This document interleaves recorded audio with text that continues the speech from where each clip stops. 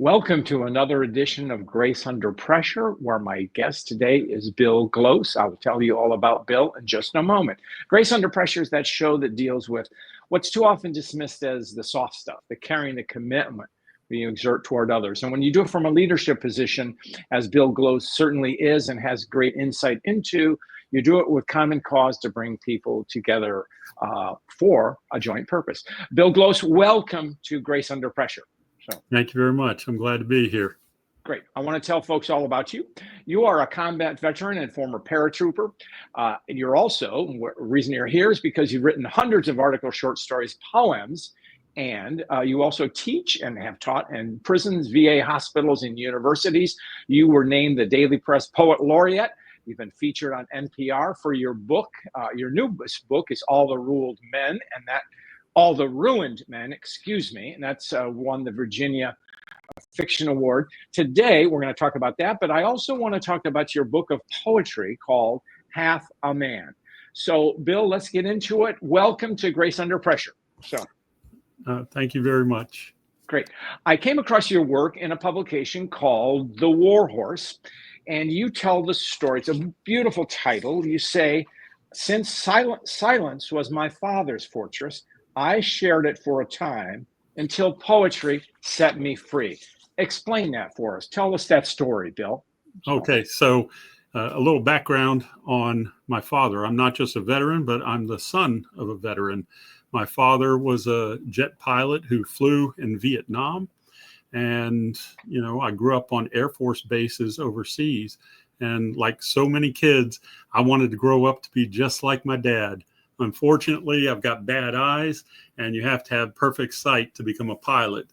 So I figured if I couldn't fly the planes, I'd jump out of them instead, and I became a paratrooper. My dad always likes to joke that I can't understand why anyone would jump out of a perfectly good airplane. I was going to ask you about what a pilot would say about your chosen career there. Yeah, he always ribs me about it. So he can joke about that and a few other things, but he never talks about his Vietnam experience. He doesn't talk about the war. And when I came back from war, I followed his example, not just his example, but the same as every other soldier that I knew. When we came back, we were all kind of confused about what we'd seen and done. And to deal with that stew of emotions roiling inside, I just decided to shove it down inside me. Stoicism was my father's fortress, and it became mine too. Well, once I left the Army, the only problem was I had too much time to think. Silence had served as a tolerable stopgap while I was in the Army and busy doing things when action ruled my world.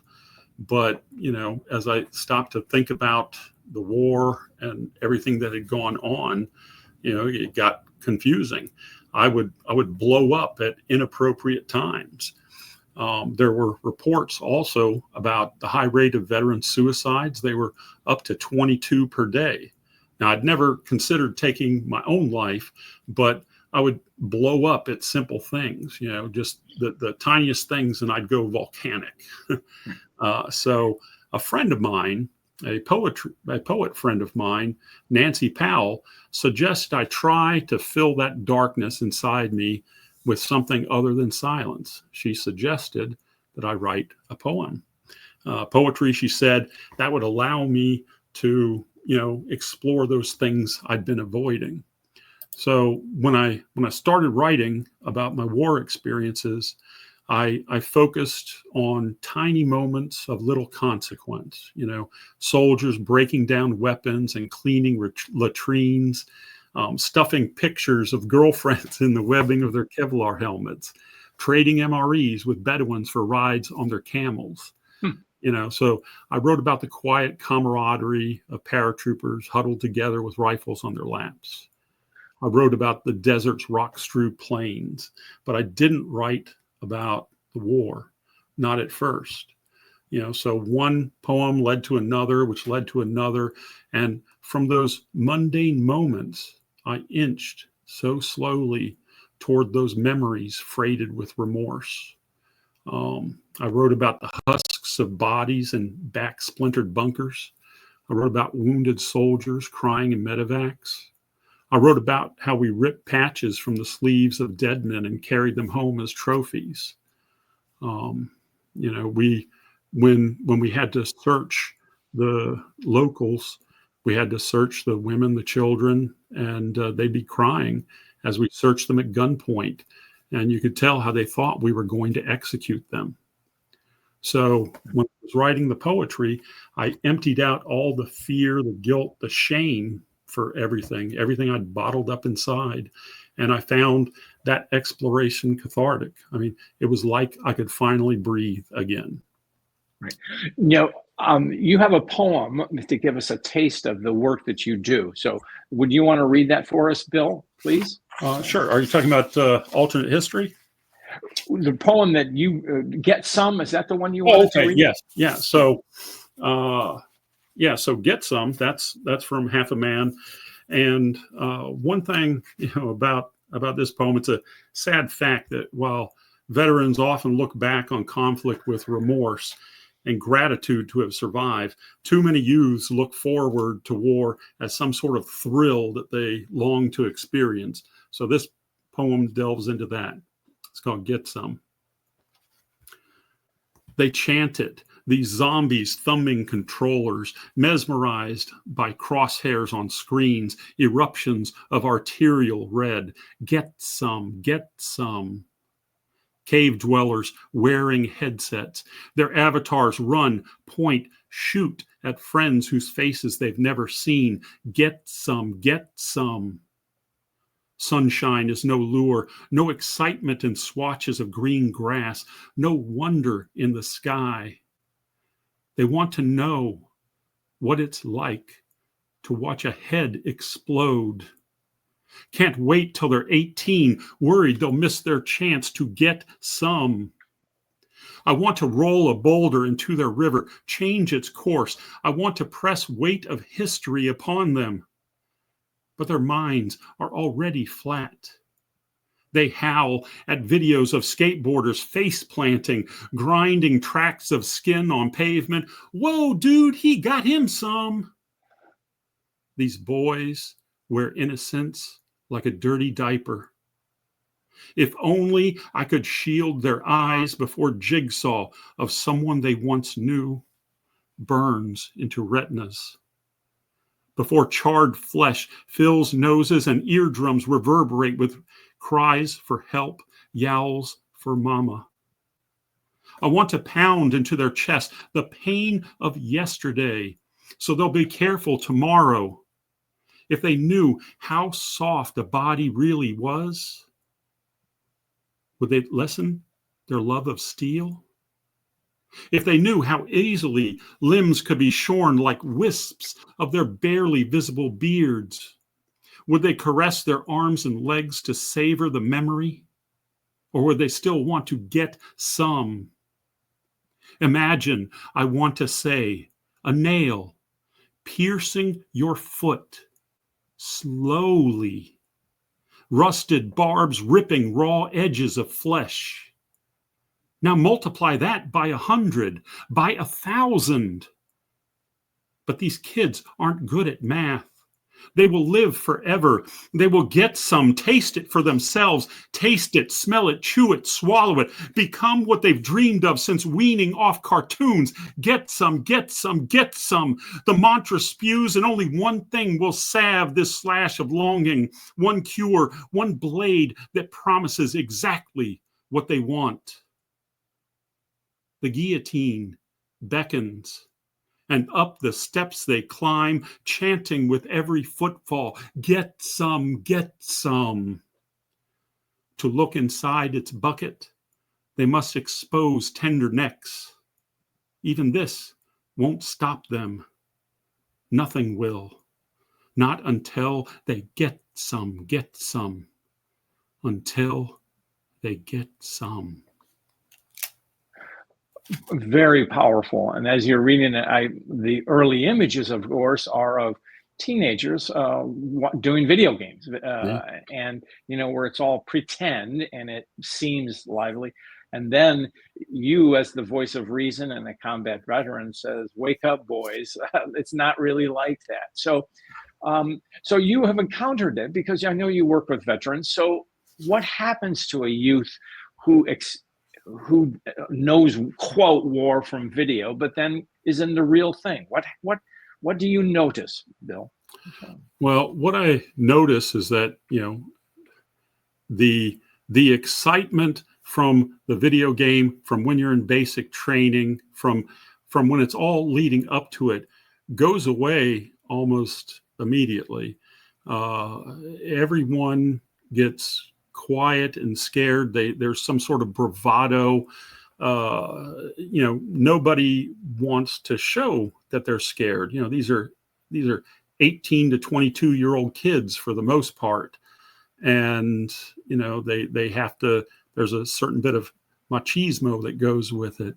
They have to show that none of this is affecting them.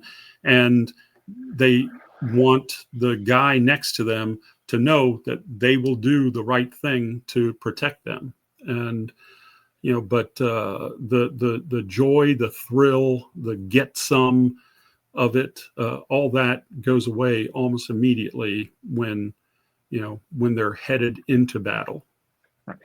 As you were reading that, as you know, I'm have studied the war poets of the First World War, the British ones, Rupert Brooke, first of all.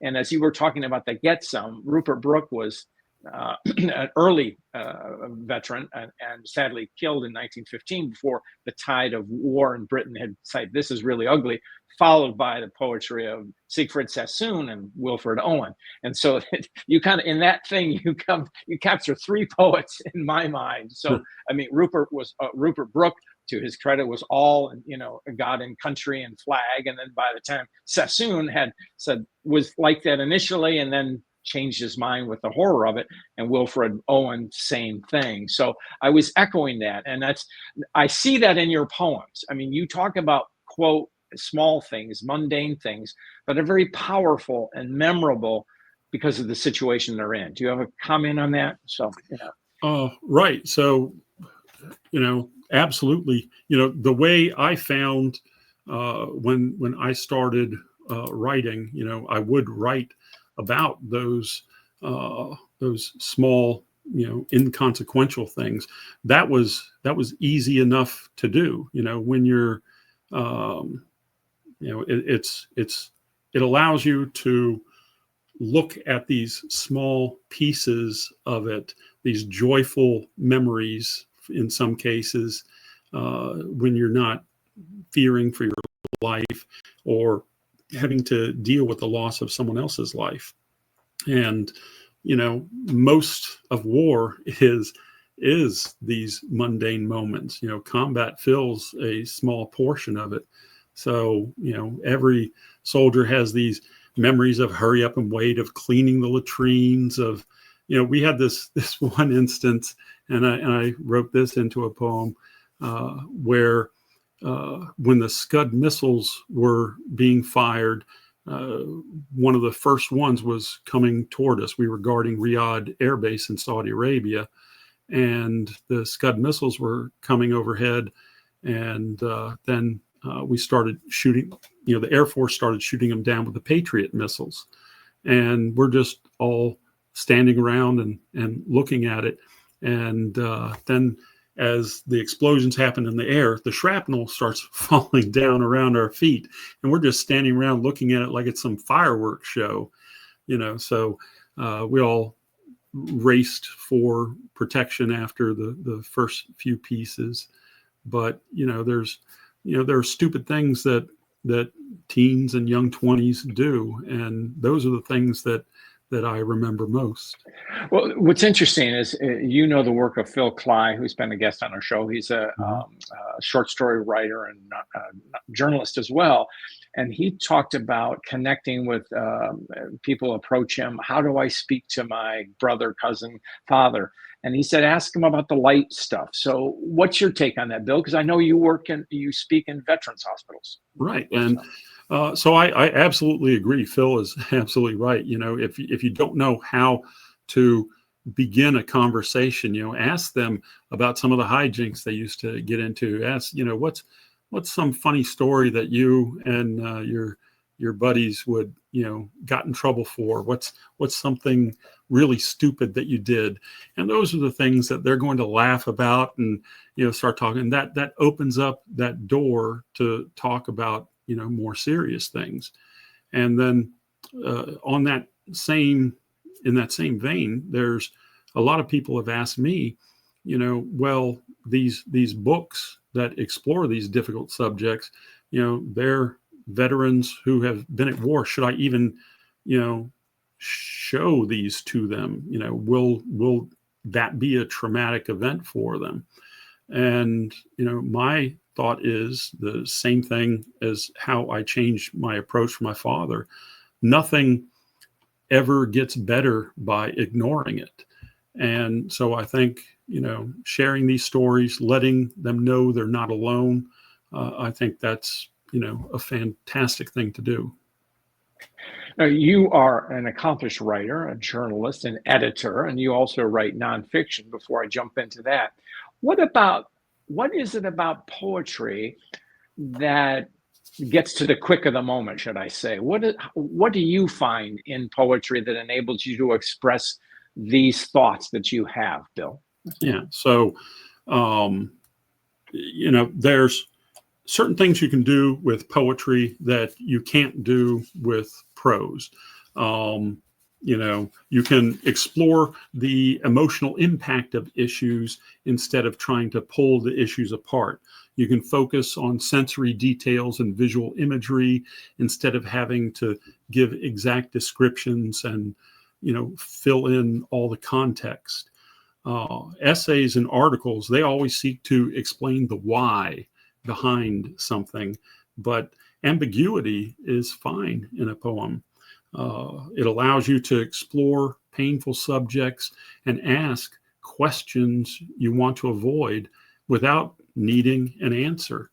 And specifically regarding war poetry, writing poems about your war experience can be like picking away a scab. It can hurt at first, but each time you rip it off, the scab shrinks a little bit, the pain diminishes, and then the skin beneath grows healthier. So it can be like a type of self-therapy, a way to face your traumatic experiences instead of burying them away.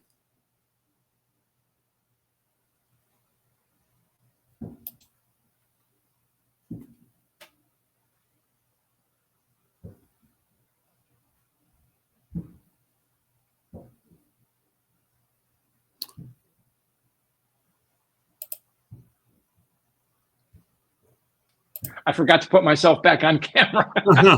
I was wondering.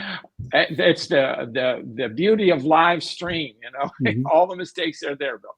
So you're an accomplished poet. So what led you to write prose? And your book is called All the Ruined Men. Mm-hmm. So I got out of the military in 1995, but the wars continued on in Iraq and Afghanistan, and they just kept going on. There was a friend of mine, Brad Lawing. We went to high school together. We went to college together, and we both joined the Army, different units, but at the same time. And I caught up with him while the war on terror was still going on, and he was getting ready to deploy for his 7th hardship tour. Now, my dad, who had served 23 years in the Air Force, had only served 2 hardship tours during those 23 years. He went to Vietnam, and then he was in Iran the year that the Shah was deposed and Khomeini came to power. And hardship tours, those are when there's danger for your family, and so you're posted there alone. Usually it refers to war, but it can be other things. So he was getting ready to go on his 7th. And I thought about that. That's just incredible. So many people don't realize, when we send soldiers over to war, they look at the size of the military force. They don't realize what a small portion of that is actually the trigger pullers. There's so much supply and support and all the things that go on behind it. And so those trigger pullers get sent back over and over and over.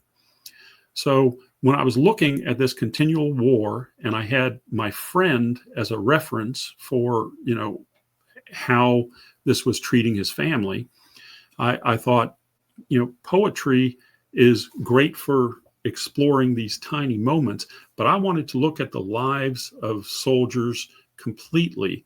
I wanted to see what it was like for them before, during war, and then mostly afterwards, how the war had changed them. Many books are written about the horrors of war. I wanted to write about how difficult it can be to come home afterwards. So that's what All the Ruined Men is about. It follows a single squad of paratroopers in the 82nd after they've served in numerous combat tours, and now they're coming back home and trying to adjust to civilian life, and they each have a difficult time of it. Right, and that's the powerful thing about this. I'm glad you talked about the multiple deployments, because that is unique, I believe, to this particular war in Iraq and Afghanistan, as it just kept going on and on. That same soldiers kept being called back again and again, multiple times. And then it's so many soldiers I've read about or spoken to, you don't get to really unwind, and then you're ready to go back again. So is that part of the story that you tell in your book, All the Ruined Men? So. Oh, absolutely. And so I mentioned that, I'm the son of a veteran. So I grew up in a military family. And that's one of the things I explore in there too, is the viewpoint from not just the soldiers, but from everybody in the family it affects too. And, when you go to war so many times, and so often they'll go for a 6 to 10 month deployment, and then they'll come home for a handful of months, and they'll go back again. It starts to feel like the war zone is what's normal, and coming back home, that's what seems foreign to them. And then that carries over even after the war is done. They've trained themselves to act in a combat atmosphere and to be wary of everything. And so they carry that home with them. And so I tried as much as possible to show that, and show the differing ways that soldiers deal with that experience. Now, in that story, as you talk about the multiple deployments, in a way, the families are at war too, or at least in a deprived situation, because they don't have their spouse or brother or father with them. So what's the effect that you see on families, Bill? Well, I know from our experience, when my dad was in Iran, we were watching the TV and watching them burn Carter in effigy and all this, and we were just so fearful and fretful. And my mom, that was the one year that she smoked cigarettes, just to deal with the stress. And you fear every knock on the door, so it's just like the soldiers are in a state of fear, their families are in a state of fear too. You don't know exactly what's going on over there. And anytime you hear about any action that happened, you always fear that your loved one was involved. And then when they come home, it's strange getting to know them again, because they have changed so much. But the families, they've changed as well, through this process of fear. Now, I'm drawing a conclusion here, maybe unwarranted, but I see you working through, as in your book of poetry, your war experience, and then in All the Ruined Men, the broader picture and stuff. You yourself, I'll say, are giving back because you teach, and you teach particularly in the prison system or in the VA. So what have you learned about teaching poetry or teaching writing? What has that done for you, Bill? So I see teaching as a way of giving back. When when I was beginning as a writer, I went to the writers' conferences, the festivals, and the things like that to, try to become a better writer. But most of what I learned came under the tutelage of other writers. The writing community is like a family. There may be some competition to get a certain article or a certain prize, but that doesn't stop anyone from helping each other. And I received so much help along the way when I was starting out. So I feel compelled to help others now that, I've had some success. And I'm especially, there's a group called Armed Services Arts Partnership based out of DC. They help military members, veterans, to reassimilate using art as a way to focus, and it's all the arts. So I've taught a number of classes with them for veterans, and I've done other veteran projects.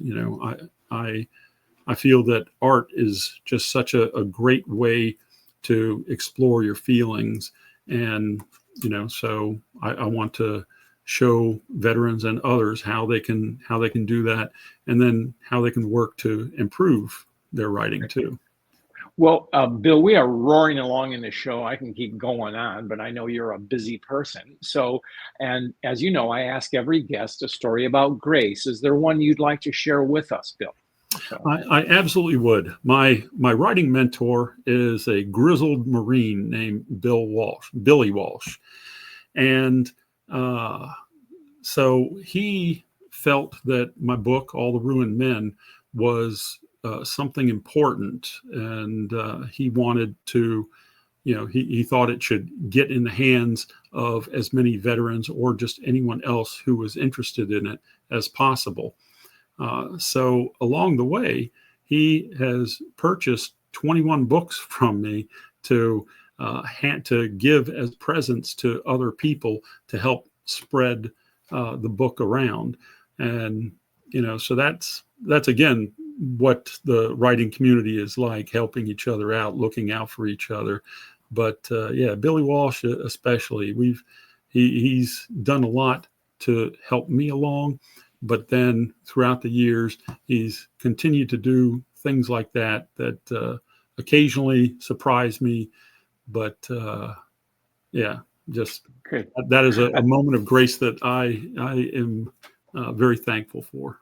Well, Bill, I got to tell you, I've had 250 plus stories on grace, and I've never heard about book buying being one of them. But as an author myself, I'm all in favor of that. So that's good. So we have a couple of minutes. Could you pull out, because you talked about the quote lighter side of deployment or being in a war zone. So you have a light touch poem that I'd like you to read, please. Yeah, absolutely. So, a lot of people think, in a war poetry book, everything's got to be grisly and grim. And as I mentioned already, most of a soldier's day is just mundane and sometimes silly things. So this is love and war and baking. My Georgia peach mailed perfume-scented letters promising sex, love, and cookies, but mostly sex. In the searing heat of afternoon, when we were supposed to sleep beneath fly net canopies, I'd stare at glossy photos of her bikinied form, sultry smile and side-cast eyes sending me to valleys moist with intent, the oasis of her lust. Reality never lives up to dreams' potential. There were cookies, yes, but that was all. Long ago, in the sun-dappled orchard of desire, our not quite love rotted away, gleaming skin peeling back to reveal no seeds within. But the world is immense. Every turn a road leading somewhere else. And, of course, there were cookies. Lovely poem. It's great, and I like that. Bill Glose, how can people find you? So, The best way to find me is through my website, billglose.com. And on the website, it not only has contact information, but it's got an events page to say where I'm going to be next. It also has links to my Facebook, my Instagram, my Goodreads, and X. That's the best place. Well, I will say, having spoken to you for just a half hour, you have an eloquent voice. So I will, anyone listening or on the show or watching, if you're in the area reading, you're a treat to listen to. So, Bill, you've had a powerful message to us. You're very eloquent in what you do, and it's been an honor to have you on the show. So thank you, my friend. And thank you. The honor's all mine.